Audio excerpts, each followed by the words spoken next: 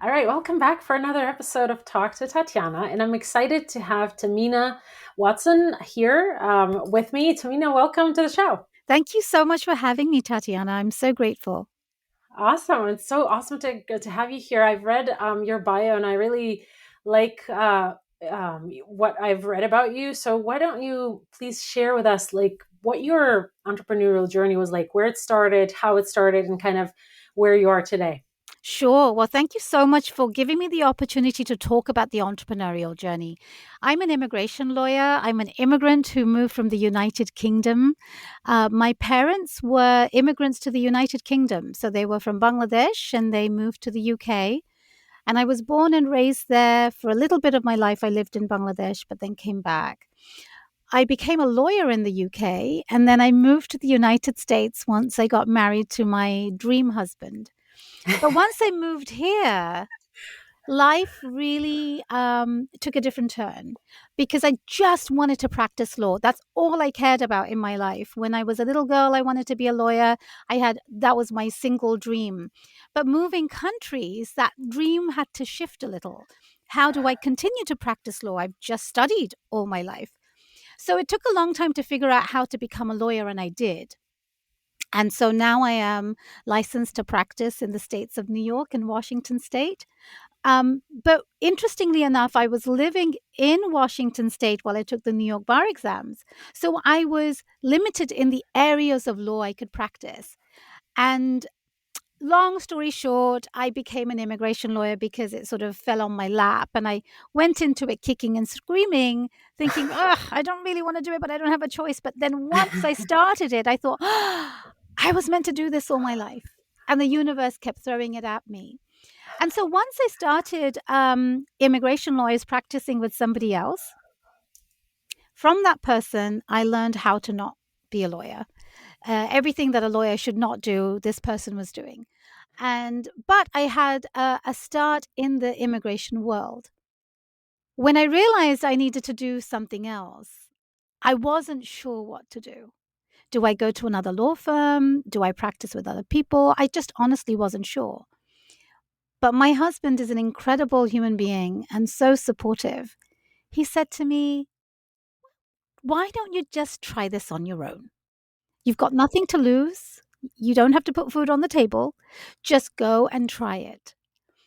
And once I started my law firm, I have not looked back. So that was January 1st, 2009. And so here I am. I have a new law firm. But at law school, they don't teach you about business. And maybe you know this, Tatiana, many from your clients. We just want to be a lawyer. We just want to practice law. But practicing something means there has to be some way to pay the rent for the office at a minimum. There's so much overhead that you don't really know about when you are getting into a business.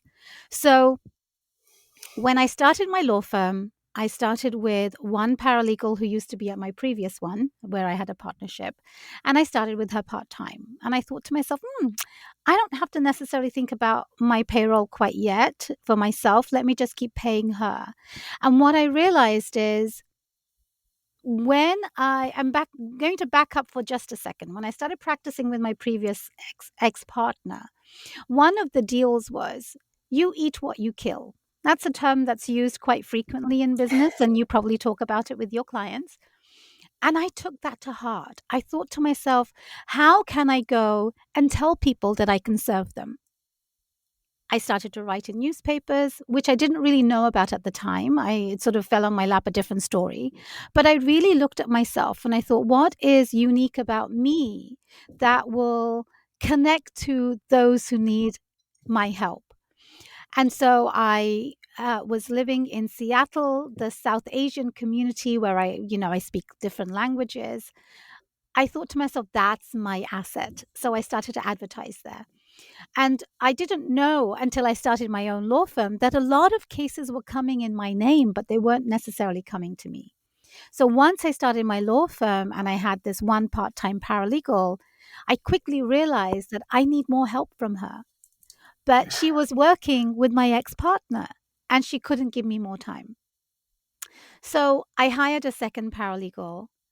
And every time I took one extra step and one extra step, that entrepreneur's fear and anxiety of taking the next step just crippled me, at every time. Like, oh my gosh, can I do this? Can I take on this extra expense? How do I make up for it? And so it's very interesting to look back 16 years later, how I have built this law firm that has a national presence. We are one of the leading law firms for helping tech startups. And one of the things that I impart to my clients is that journey that I took of starting something new, not necessarily knowing where I'm going, and feeling my way and being creative at every step, that is what connects me to my clients, because a lot of them are starting their own companies while also dealing with immigration issues. Starting a company in the United States is not easy, but also tackling the immigration part of it all simultaneously, while growing the business is an additional challenge. Sometimes the people that I work with are so smart. I see your book, Dream Bold, Start Smart. Every single one of my clients are like that. They dream bold, they start smart.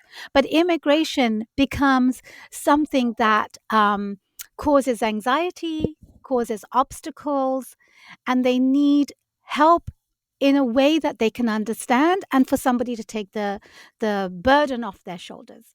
Tell me what documents, I will get it to you. Tell me where to sign, I will sign it. And so that is how the business has grown. One of the things that I will say is entrepreneurship is about creativity. And lawyers, at least most lawyers, maybe it's changed a little bit now, but 10 years ago, you sort of on this path, you go from A to B to C, and you're, being creative maybe with the cases. But when you are your own law firm, your own business, your own entrepreneur, where you have to get the next case to sustain the overhead at a very minimum, you've got to think outside the box. But one of the things that really spoke to me, and I realized, and I was sort of, my eyes were open, is that to serve every human being, you need laws and policies that enable that service. And immigration laws in this country are broken. They were set in the 1950s and 60s. The last set of laws came in 1990, and we are in 2022. The world has changed so many times over that the law does not reflect what the current modern entrepreneurship looks like. And so in 2009, when I started my firm, and you might remember this, Tatiana, there was a recession. Yeah. And during that time, a lot of big companies were laying people off. And if you are an immigrant on a work visa, you are immediately illegal. And so a lot of people at that time said to me, well, I just want my own business. I want my own startup. And that started me in this journey of policy. How can I change the law to make it better for the people who want to make their lives better? They want to make America better. They want to create jobs. So all of that led to writing a book in 2015 called The Startup Visa, which also led to eventually really diving deep during the previous administration in protecting the rule of law, protecting human rights. And that led to my second book called Legal Heroes that came out in 2020. And just in 2021, I released the second edition of my book called The Startup Visa. But all of this, as you might know, is part of the entrepreneurial journey, because you don't know where this road is going to lead. You actually just follow where your instinct takes you so that you can be a better service provider and follow the path that you're meant to take. I love it. Thanks so much for sharing that. I mean, as an immigrant myself, I know exactly what you're talking about. I've never been on a work visa, but I have a number of friends and acquaintances who have been, and some have been on the extraordinary ability, O visa and stuff like that. But it's definitely a journey, and it takes a very long time. Often to get anything, any sort of status, and then during that time you feel like you're um, an imposter in a way. So definitely can relate to that.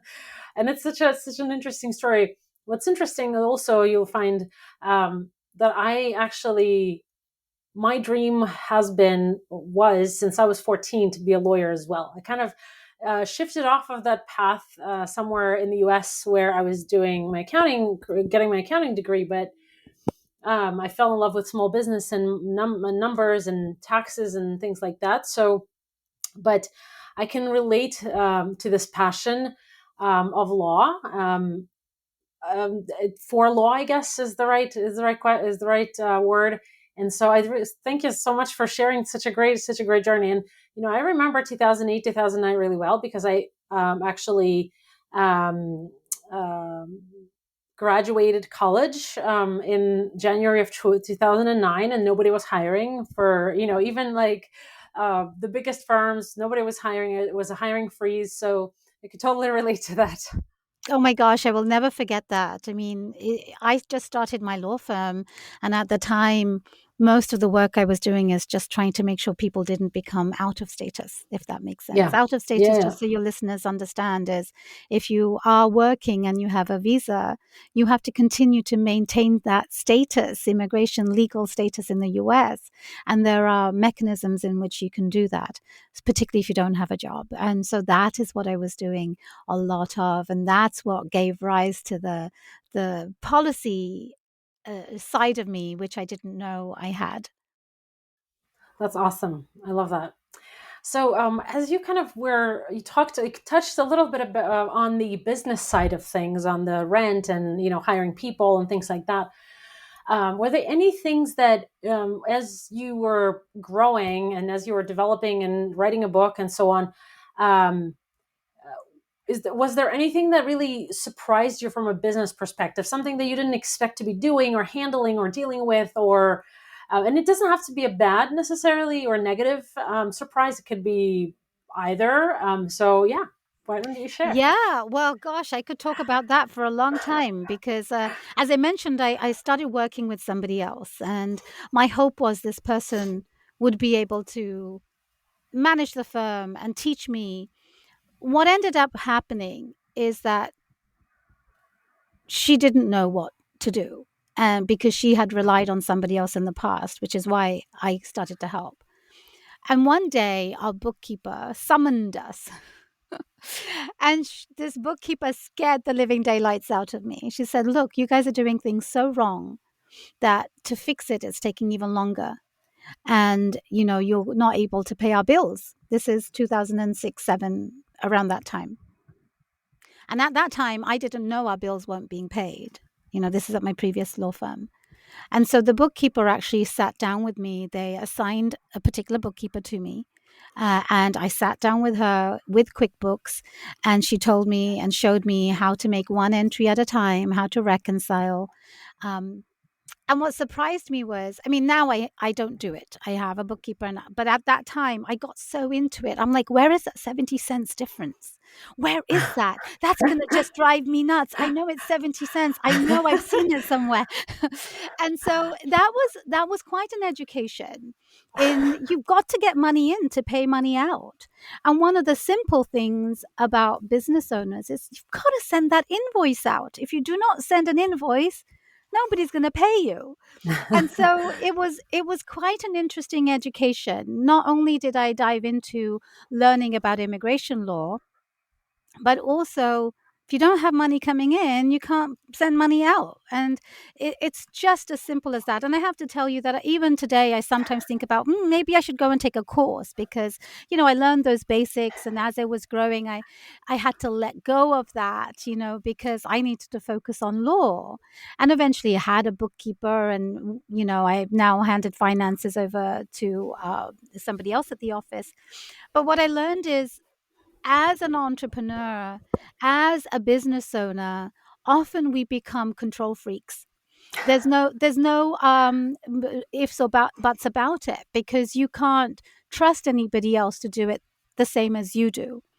But eventually, as a business owner, you have to understand where your craft lies. Where is it best to spend your time? And how can you reclaim that time to put it where your strengths are? And so eventually I did, delegate those tasks, and I have an amazing team. And a big shout out to my team, because I simply couldn't do what I do. But what is really important for people who are starting new businesses, particularly, to understand that you are not an island. You need a village, but you need a really great village around you. And what you put people in your village, one person at a time, one person at a time. But you've got to learn that this is your strength, whether you're an accountant or a lawyer or an artist. Let the other people help you so they can lift you up. I agree. Amen to that. Absolutely. Thanks so much for sharing that. And what do you focus on now? I know you've done quite a few things. You've published 2 books, or 3 books actually now, right? Or third one is Mhm. coming out. What do you focus your attention and time now in your business, now that you have a team and support and so on? Mhm. Yeah, that's a really good question. I had the realization during COVID that why can I not be all the things? Often lawyers are just focused on lawyering, but I love to educate. I love to inform. I love to have an impact. I know I'm here to make a difference. All of us have a purpose. It's whether you have figured out what your purpose is. And I'm still figuring it out. My time during COVID, I've been able to make some shifts in my schedule. And so I do write every single day. I have a biweekly column in a legal magazine, online magazine. Um, so every morning I will wake up and meditate, and then I'll write. So I have my me time that's dedicated to that. But during the 9 to 5 hours, I'm working and doing the working for my law firm. I'm strategizing with clients, I'm troubleshooting, I'm reviewing. The work that we do is to work with small to medium sized businesses, particularly, and primarily startups and entrepreneurs. And just recently, I'm very proud to say Business Insider had listed us as one of the top tech startup firms for tech startups. Nice. And Nice. so, strategizing, helping figure out what the road is for this immigration journey, as you mentioned, it's a journey, there's no question. Um, Doing that and supervising my team, supervising the cases, and so that's what I primarily focus on. But being part of the change is definitely a huge part of my daily focus, even if it's for 10 minutes. You know, all of us and anybody listening, we can all make a difference, whether it's making a difference in somebody's life and transforming in whatever way, or on a bigger scale of whatever you fancy needs changing. We can all do that. So I take that quite literally and I live it. And part of that is writing about changes I want to see and informing people about what's going on in the ground. So I try to devote a lot of time. Majority of the time, of course, I have to work. I'm running a law firm, but it doesn't mean you can't do other things. Yeah, absolutely. I like multifaceted entrepreneurs because that's how I think you can really be free. A business allows you to sort of create some freedom, but then multiple businesses or multiple streams of income or multiple angles actually can allow you to be even more free and really build your life the way you want while also making a difference in other people's lives. So I totally believe that. Thank you. Yeah. And I have to say, I mean, one of the new things that I'm doing this year is launching a second podcast. I've had one for 6 years, and it's actually called Tahmina Talks Immigration, quite similar to yours. And I've had it started as a live radio show that I did 2 years live. I loved it. I fell into it. I didn't want to do it initially, but once I did the first show, I'm like, oh my God, I was made for radio. But then the station closed, and then it turned into a podcast. And that's how I now have a podcast room in my house. And the book that released last summer is um, basically coming out as a spin off podcast show. And so I've just done a soft launch. I'm working on my first season for it, and it will come out in the next couple of months. But it's been very interesting being on this journey to see where is the next thing coming from, and how does that idea generate, and how do you take an idea to completion. I think a lot of entrepreneurs, um, a lot of people, not just entrepreneurs, a lot of people will sometimes think about something, but not really do it. And I think I've learned that if I think of something, I really want to do it. Why can't I do it? It's a lot of work, but you need that village around you. And I'm excited. I'm excited about 2022. I'm tired of the virus. I don't want it to limit me anymore. I felt limited in the last 2 years, but in hibernation, I have grown internally. And so now in 2022, I'm like, okay, virus, no matter what you do, I'm just going to be on this path. Love it. And so, talk a little bit about kind of who's your ideal client? Where are they on their journey to be able to connect with you and work with you in your law capacity or maybe coaching capacity or whatever? Um, well, thank you for asking that. My clients really range from individuals who are investing in a company for their own company. Um, and it's so fascinating. I'm actually in the middle of writing an article about an immigration journey of an entrepreneur, which I'd love to share with you in due course. Yeah, But I love the journey of starting somebody from like, oh my gosh, I don't know what I'm going to do. What visa do I have? To like, oh my gosh, I'm being bought out, yeah, or I'm going to IPO. I mean, so my ideal client is really small to medium businesses who are trying to have strategies for their own visas or their internal talent management. So I love doing that. We also at my law firm help individuals when they are sponsoring family members, parents, spouses, children. And we also help get citizenship for people. And that's one of the most rewarding when somebody actually gets citizenship. I didn't realize the profound impact of citizenship until I got my own. So I yeah. was a, immigrant, as I mentioned, and I was very happy having a green card, living happily ever after, except I had a child. And then I realized, oh my gosh, what if I have a car accident? I wasn't the best driver. What if I get kicked out of this country? Or, there are many ways in which people can lose their green cards. And I thought, oh gosh, I've got to get citizenship. But I was just a new mother. I'm like, I don't have time to brush teeth, let alone apply for citizenship. So my team helped me and treated me like a client, but I was like the worst client. They were like, ask for something. I'm like, I don't have that. I don't know where it is.